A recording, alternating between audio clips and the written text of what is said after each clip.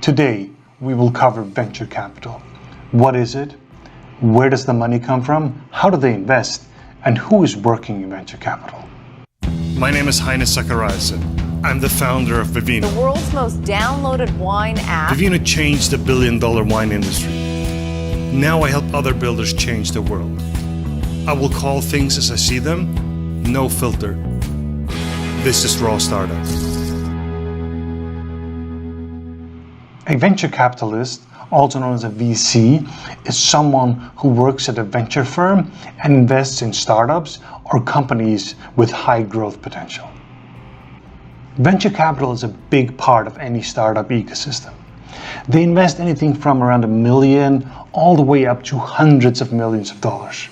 In 2017 alone, $84 billion was invested in venture capital in US alone.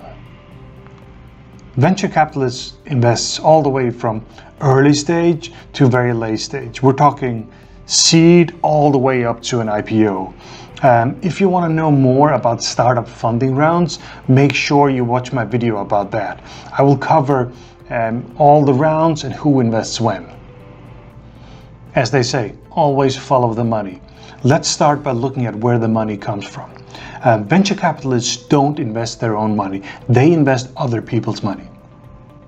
Before we get to the venture fund, there's something called LPs, limited partners. That's where the money comes from. So the money that ends up being invested in a startups comes from these limited partners. These are investors that would like to invest in venture, but don't want to manage the investment, so they put them in a venture fund instead. Typical LPs are pension funds, family offices, university endowments, insurance companies, foundations, and etc.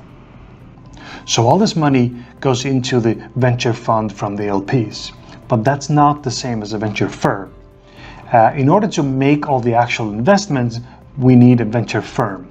The venture firm manages the fund and makes all the investments.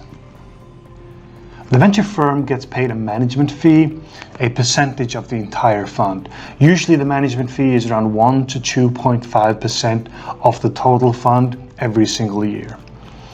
This means that the firm clearly has an interest in raising a lot of money because they get the management fee based on that. On top of that, they get what I call a carry, which is 20 to 30% of all the profit of the fund. So that can be quite substantial if it's a successful fund. So there you have it. The money comes from these pension funds, endowments, and so on. They're called LPs, limited partners. That goes into a venture fund. Then a venture firm manages that fund and puts the money, invests the money into all these amazing startups. So why do they invest? That's pretty simple. They want to maximize the return of investment. And this is important for them because they at some point will need to raise more money. And if the fund doesn't make money, they won't be able to raise a new fund. Usually a fund has a lifetime of 10 years, but they only make new investments the first 3 to 5 years. What that means is that after 5 years, the venture firm has to raise a new fund.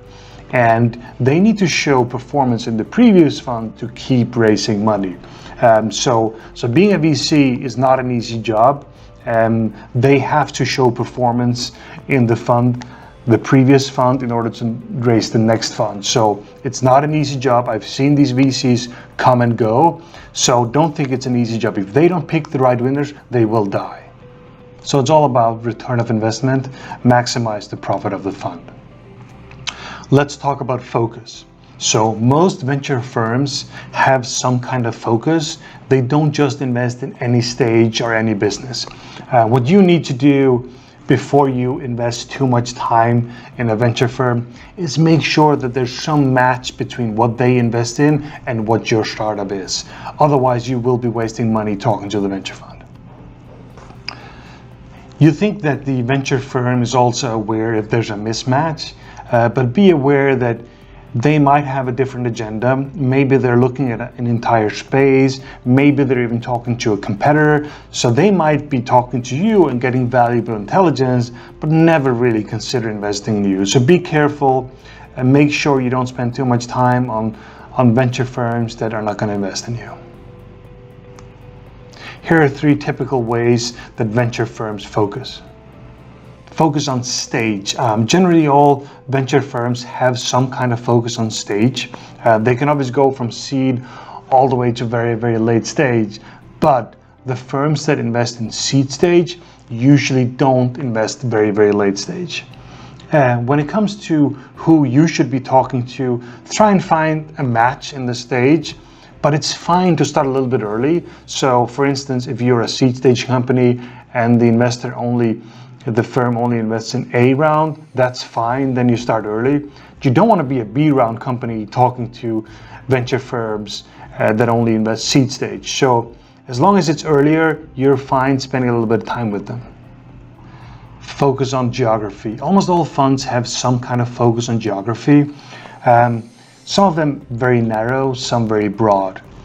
For instance, our seed investor, Seed Capital, only invested in Denmark. On the other hand, our A-round investor, Balderton Capital, their geography focus was Europe. Here in Silicon Valley, you see a lot of investors that only invest in Silicon Valley. They feel that the supply of amazing startups here in Silicon Valley is big enough for them.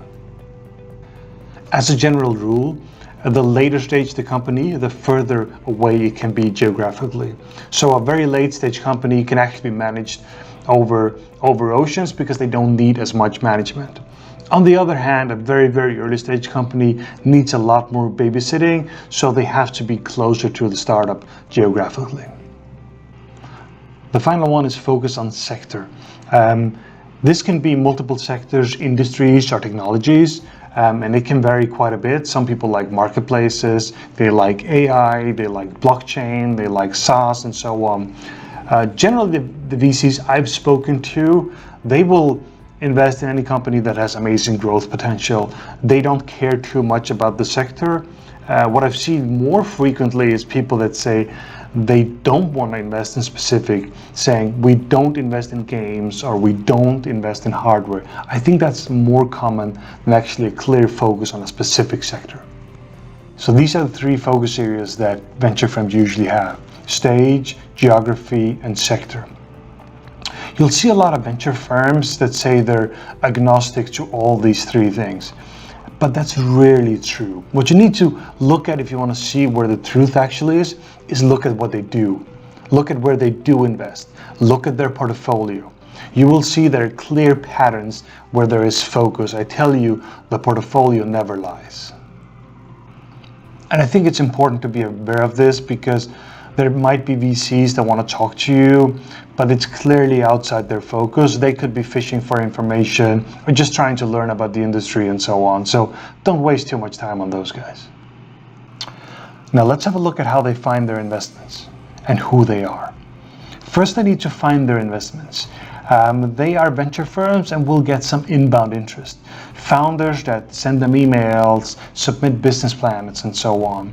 The venture firm itself will try and create more buzz through press and events to get awareness so they get more inbound interest. More important than the inbound is probably the outbound. Getting out there themselves and trying to find the right investments. I think most VCs will say that that's how they find most of their investments. They'll have an extensive network that has the complete finger on the pulse in the startup community. It's a network of incubators, angel investors, founders, executives, and so on. They will look at hundreds of investments for every single investment made. So the competition is fierce. So who are the people inside the venture firms that look at all these startups? At the bottom of the hierarchy, we have principals and associates. Principals probably a little bit higher in the hierarchy than the associates. And maybe the principals are on track to become a partner in the fund later. The associates will be more junior, help source and vet deals for the team. Decision makers in the fund are the partners. GPs or general partners are people that run the fund. Sometimes they're also venture partners. These are partners that are loosely connected to the fund. Maybe they'll get paid for deals that they bring to the fund, but only from that. They're loosely connected. Well, that's at least how the structure used to be.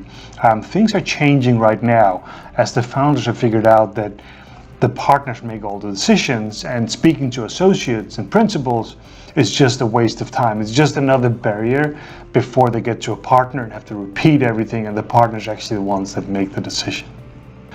What this meant was that founders stopped taking calls from principal and associates. They didn't respond to the emails and didn't take the calls. It was all just a waste of time, which made their work difficult. This is where it gets interesting. The solution that venture firms found was basically to call everyone a partner.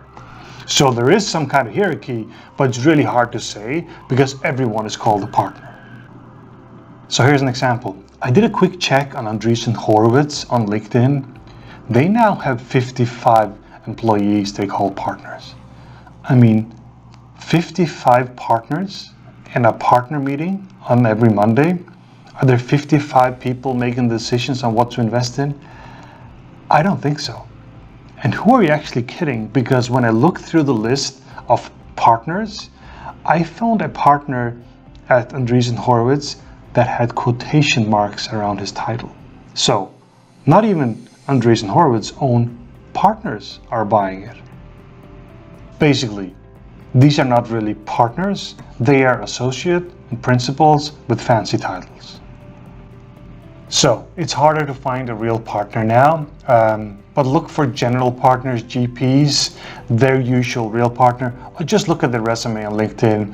If they come straight from college to become a partner, only have 2 years of management consulting before, they're probably not a real partner. Now to the decision process in a venture firm. What's the process when they make a decision and decide to invest? It can vary quite a bit, but I want to give you a general idea about what it's like. Usually the first thing that happens is you talk to a partner. If you have a very, very strong case, the partner falls in love with it right away, well, maybe things move really fast. Usually though, it can be months of talking, back and forward information and so on. And at some point the partner feels happy and says, hey, this is something I'd like to invest in. At that point, he was going to look for a second opinion, usually drags in another partner and says, hey, could you look at these guys? If the second partner also says, yes, this is very interesting, you move on to next level, and that's a partner meeting. Partner meetings are all the partners, usually on a Monday, and you pitch to them and they ask questions and so on. At this point, you have a very, very good chance of getting an investment. I'd say maybe even as high as 50%, so it's really yours to lose. You go out of the room, and if everything is really, really good, they will vote and say, hey, do we want to invest or not invest? And you could get lucky and get an investment. That's it for this video of Raw Startup. Please like and subscribe to make sure you get all the amazing videos in the future.